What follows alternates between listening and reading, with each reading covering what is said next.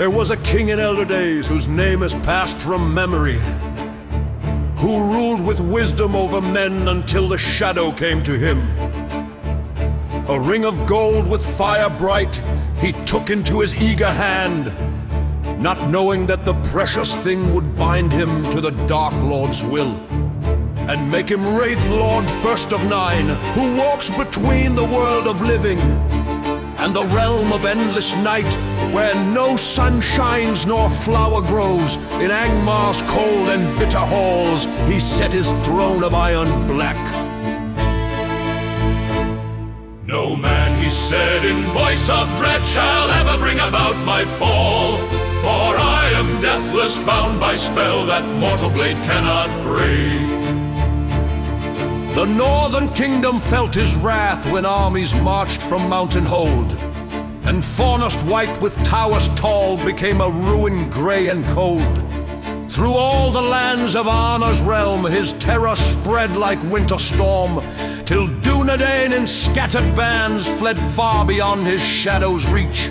For long years did the Wraith King rule, where once the Dunedain held sway, and darkness lay upon the hills like heavy blanket, thick and grim. No light could pierce that dreadful gloom. No song was heard in empty halls, save in the barrows old and deep, where kings of Arna sleeping lay. No living man can stand to me, the prophecy had spoken true. Though sword be sharp and heart be brave, the wraith-lord cannot die. But pride goes ever before a fall, and proud indeed was he that day, when rode he forth to Pelennor, where great battles would be fought.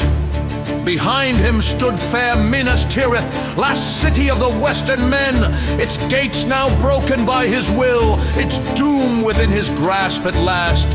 There faced he the white wizard bold, who stood against his shadow might, yet laughed the wraith-lord in his pride, so sure of victory complete. But then the horns of Rohan rang, calling him back to fields of war.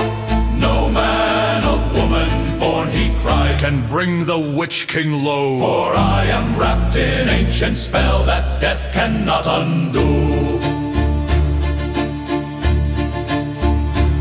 Yet came there then a warrior strange, in silver mail and bright helm clad, who would not flee before his dread, but stood with blade drawn high. Begone, if thou be not deathless, spoke the wraith-lord voice like thunder.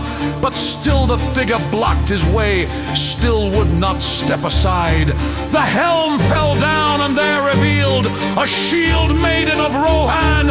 Eowyn proud and fair was she, who served the horse lord's king, while by her side a halfling small raised up a blade that gleamed with light, and sudden fear crept in his heart that had not beat for many years. No man, he said, but stopped his words, for what stood there before him? Could it be that prophecy held meaning he had never seen? The halfling bore a blade forgotten from the barrows of the kings, a weapon forged in Arna's days to fight the shadow of the north. From tombs of those he'd conquered came the steel to bring about his doom. It struck him low behind the knee, and sudden pain shot through his form. Pain he had not felt for age, a wound that should not be. His spectral flesh grew weak and strange, his power wavered like a flame, and in that moment of his shock the shield maiden's blade found its mark true. She thrust it deep into his crown, and agony beyond all thought consumed him as his deathless life came crashing down in ruin black. No man indeed, the prophecy spoke true in ways he never guessed, but woman's heart and halfling's courage brought the wraith-lord's end. And so passes the leader of the Nine, and so passes the terror of the North, and so passes the immortal Witch King of Angmar.